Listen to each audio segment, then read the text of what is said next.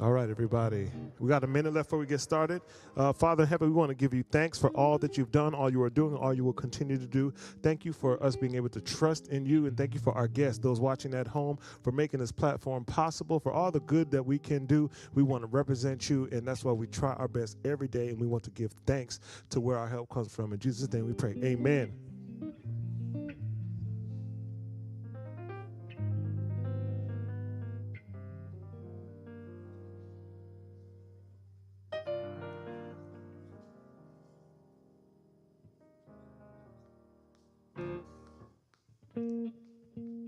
What's the man say? 5, 7.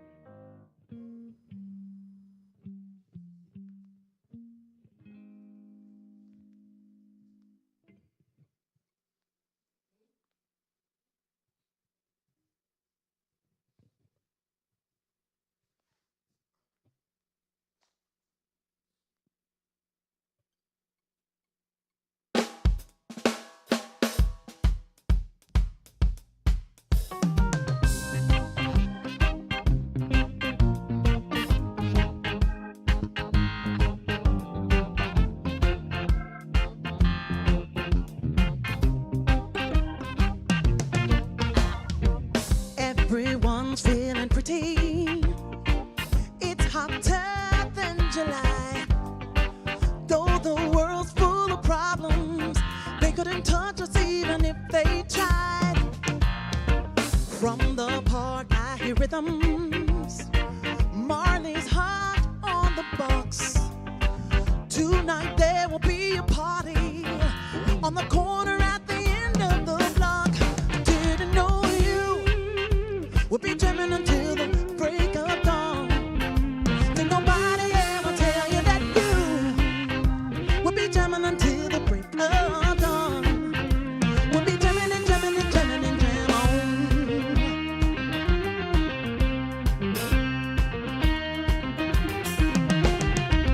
They want us to join their fighting, but our answer today is to let all our worries, like a breeze through our fingers, slip away.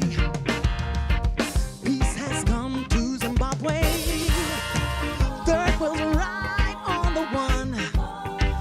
Now's the time for celebration, 'cause we only just begun. Didn't know you would be jamming until the break of dawn. Say nobody ever told me that you would be jamming until the break of dawn. No, nobody told me that you would be jamming until the break of dawn. I know nobody told me that you would be jamming until the break of dawn. We'll be jamming and jamming and jamming and jam on.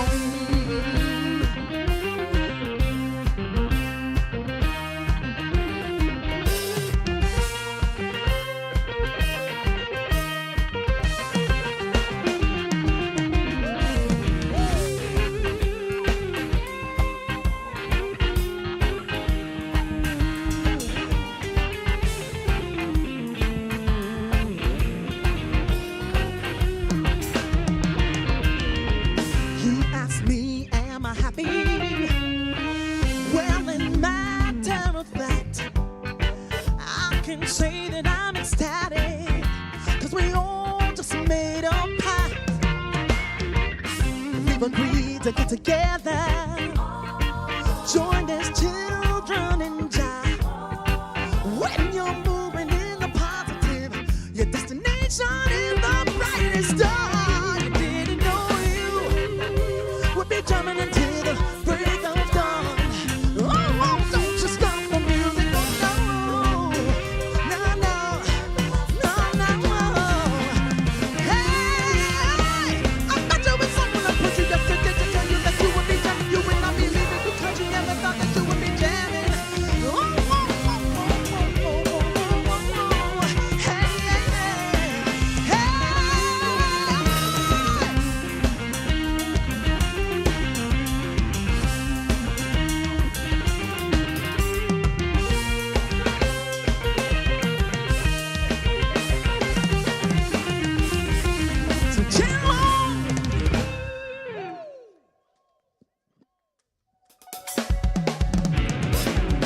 Get up off your feet and get ready, because it's time to start the Sandra Show!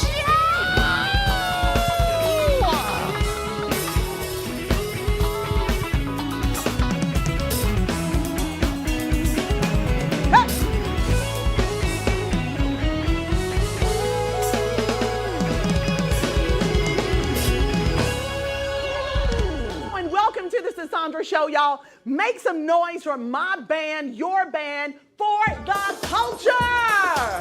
Woo! Come on, y'all. Doc Reed on bass. Mr. Jonathan Parks on drums. On guitar, y'all, the one and only Luke Darrowall. Our music director holding it down, y'all. Chris Baptiste. They're known as For the Culture. Woo! Come on.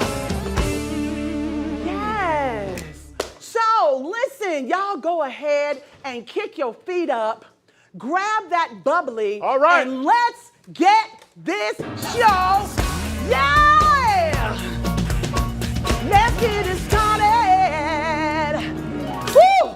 Listen, I know we've got a lot of juicy celebrity tea brewing, and trust me, y'all, we'll get to all of the fun stuff soon. But first, we need to dive into some serious matters that are shaping the future of our country. With the recent developments in the presidential race and the Republican convention, there's a lot to unpack. From Donald Trump's renomination and his unexpected VP pick to President Biden's latest challenges and the heated debates on policies like Project 2025. Y'all, it's crucial that we stay informed about what's happening at the highest levels of our government. So I need y'all to get all comfy because we have some breaking news. Yes. Joining us today is political expert who's got the inside scoop on everything happening in Washington. Y'all, please welcome out Mr. Russell Drake. Woo! Yes, Mr. Drake. Thank you for joining me. Indeed, please. We are honored to have you. Yes. Mr. Russell Drake, how are you doing? I'm wonderful, and let me thank you for having a quality show that continues to improve. Every round goes higher and higher. I've been checking you out for a number of years. First saw you as a songstress, an artist, and you're doing wonderful. Thank you also, so much. Also, the band has been doing so wonderful. The musicians, for the extremely culture. talented. Thank you. By the culture, for the culture. I appreciate Okay, that. you better come That's on. right. That is the phrase that pays. Well, listen, we'd love for our audience to know a little bit more about you. Can you tell us a little bit about yourself? And thank you for all the kind words. All right. My name is Russell Drake. I've been in Orlando, Florida for like 22 years. I'm a native of Gary, Indiana. That's my hometown, not your ideal vacation spot, but home is home. We don't choose where we're born and raised, but we should love it. I went to Howard University, finished at Howard, moved here, worked in the defense industry at Lockheed Martin for a number of years, still do some different contracting in that area. Got very involved in the community because when I was first here, 2004 was the first presidential election I voted in. I went to vote, and when I went to vote, all I knew to vote for was president and senator. I didn't know anything else on the ballot. There were people asking me, saying, hey, who should I vote for? And I felt so ignorant and unaware. And I said, I'm never gonna let this happen again. I'm gonna get so involved that I'm able to enlighten people because I don't want anybody to be left behind and not know anything about what's on the ballot. That is so good. That's some good stuff. And we've watched you in the community, and that's exactly what you're doing, making sure people know from the local to the state to the federal elections what's going on, what's important to know, and not telling people who to vote for, but at least giving them that insight as to what the candidates are all about. Yes. Have you had a chance to go through Project 2025, like even just skimming it? I have had the opportunity. I saw they released a 1,000-page document. Yes. And it's pretty heavy. There's a lot of things in there. I've had a chance to skim through it. I'm not an expert on it, but I've seen some things in there that make me say, yeah. Now, you see some things in there that make you go, eh. Is there anything in Project 2025 that you find positive or worth highlighting? I don't think I've seen anything that I quote unquote agree with in there. I think it's worth highlighting that we should pay attention to it, and those who are associated with it, and those who used to work for the people who put it together. We should be looking at that. And we're going to definitely talk about that as we move on. Former President Barack Obama recently told allies that President Joe Biden's path to winning the re-election has greatly diminished. What are your thoughts on that? I think we have a competent president who's been in government for over half a century, Yes. and he's competent. I think he ages like everybody else, and when we're 80-something years old, we'll see how we're getting around. I think President Obama has a valid point, and whatever direction they feel is best, I feel like I'm on board with it. But I'm not. I think I am confident if President Biden remained in and went on to win the election. I'm confident with his leadership and competency. And if he feels the need and his inner circle feels the need, there may need to be a transition. I think he'll do that at the appropriate time. That's interesting. So my question to you next is, what do you think about the impact of low population on the economy? And what I mean by that is, who will be paying taxes or funding retirement if we don't have enough kids being born? That's a very good question. If there is a substantial decrease in population in the United States, then it very well could affect everything from Social Security Yes. To retirement opportunities. I think the bigger concern is making sure people are legitimately working and paying their fair share and pouring into it. So if, say, a number of people found benefits in not working at all during the pandemic and literally paying no taxes and pouring into no Social Security of any sort. So that, to me, that's the bigger concern. It leaves a big gap there for us Absolutely. from the pandemic to the monies that were missing because no one was able to work or very few people were able to work. We're going to take a short break. Don't y'all go nowhere. We'll be right back. We're talking to Russell Drake about what's going on in the world. Don't y'all go nowhere.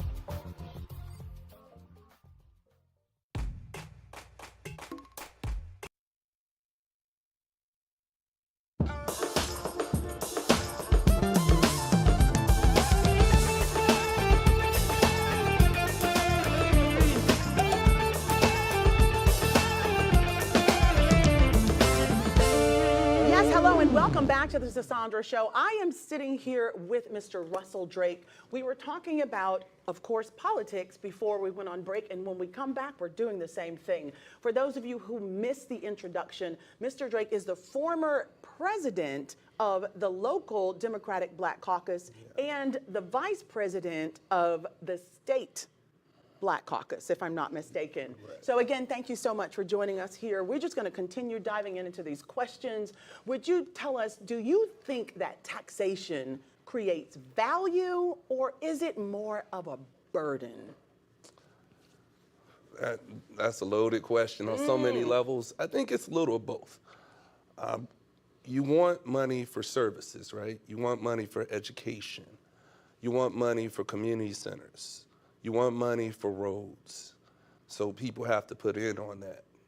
It also can be a burden when not everybody's putting their fair share in. And we see instances of it. There are billionaires who pay less in taxes than their administrative assistants. So we want everybody to be able to put their fair share into that pot. Now, let me say this to you. Some say that taxing the rich less leads to more employment, like what John Maynard Keynes suggested. Do you agree with this? You tax the rich less because then they're able to employ more. I bitterly disagree with that. The only people who say that are rich people. If say the millionaire sitting next to me make $200 million last year, and she makes $100 million this year, she still has probably half of that $200 million from last year. None of the billionaires and millionaires are getting poorer.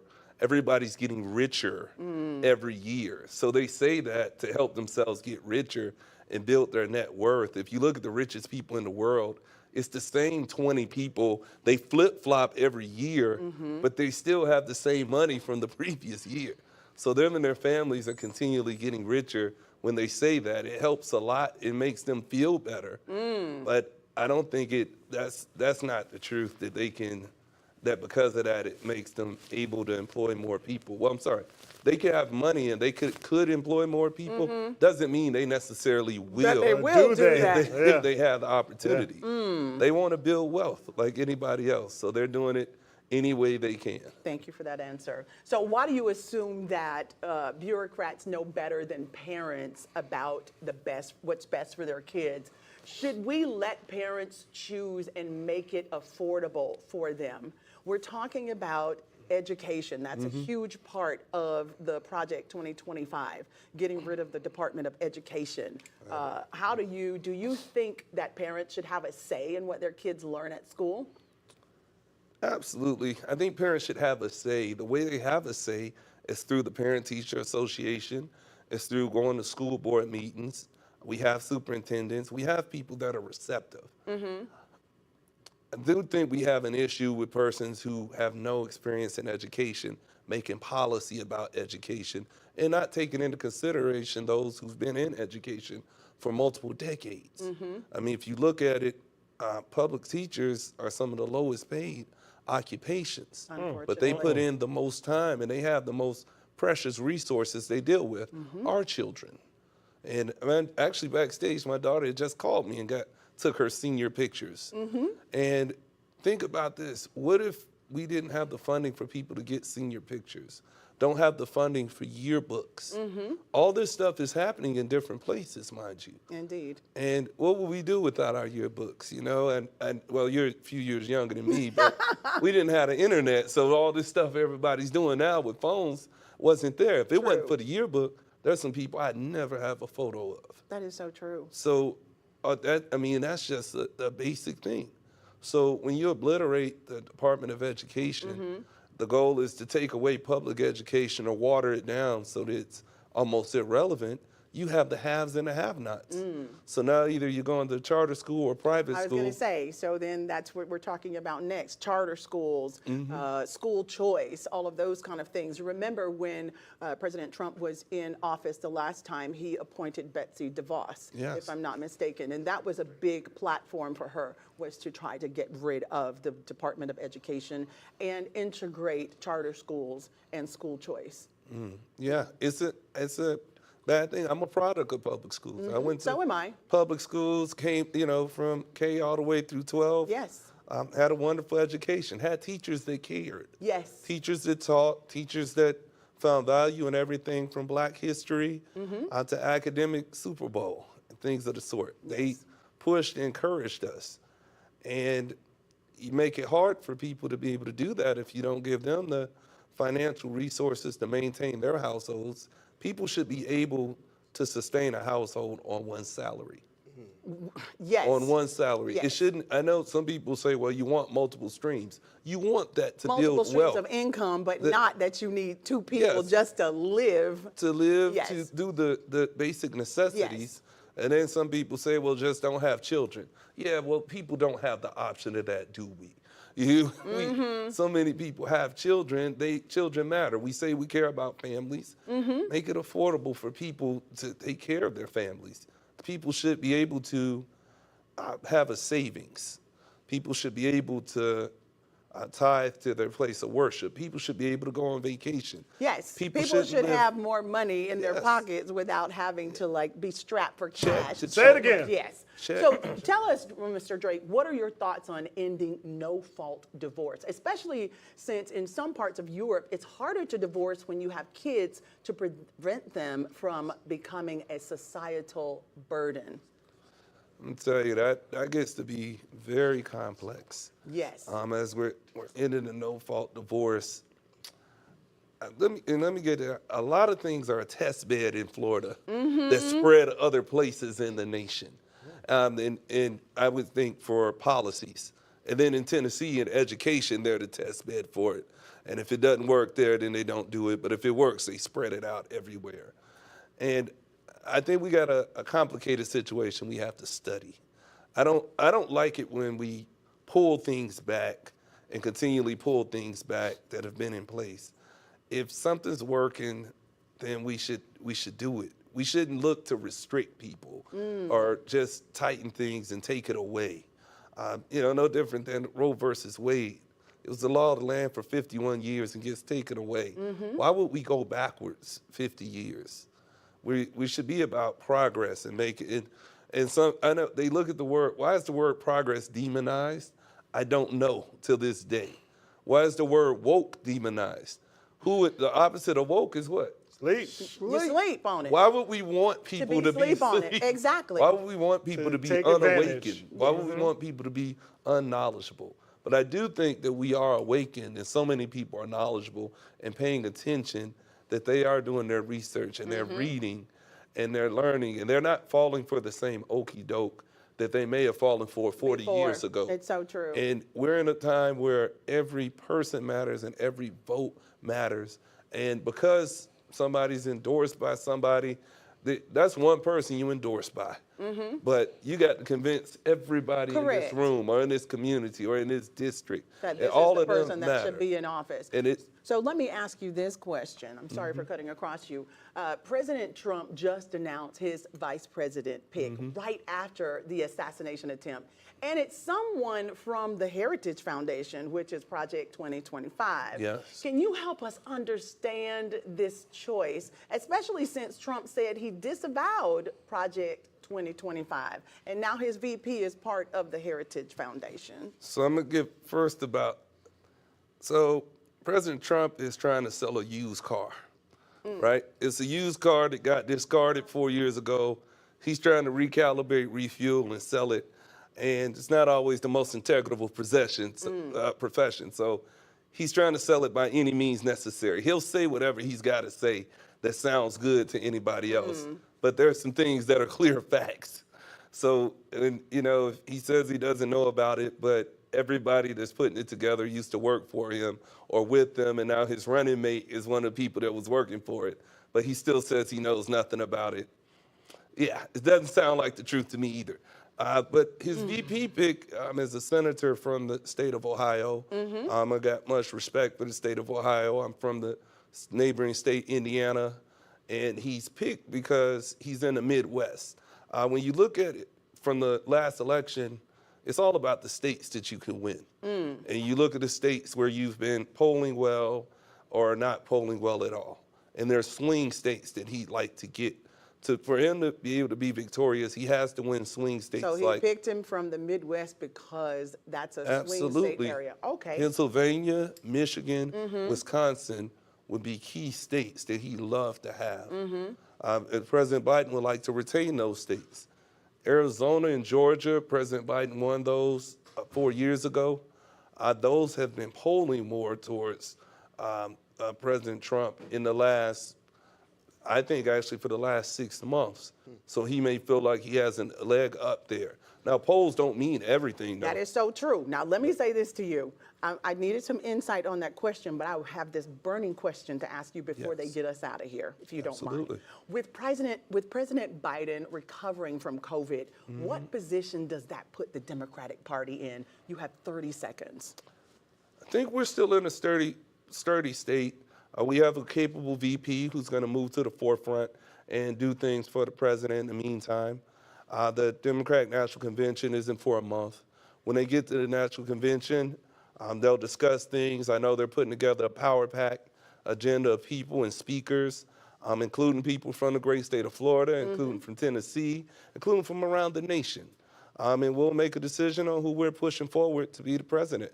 So I think we're fine, and I mean, just know that COVID's still out there. It is still out there, most definitely. And with that being said, thank you so much. We hope that you will come back again. Absolutely. To our viewers, thank y'all so much for watching. We will be back here tomorrow for The Culture. Let's go. Thank you so much for coming by. Everybody, let's go. Come on, come on. Now just scan that QR code at the bottom of your screen. Thank y'all so much for tuning in today on The Society Show. We'll be right here next time waiting for y'all.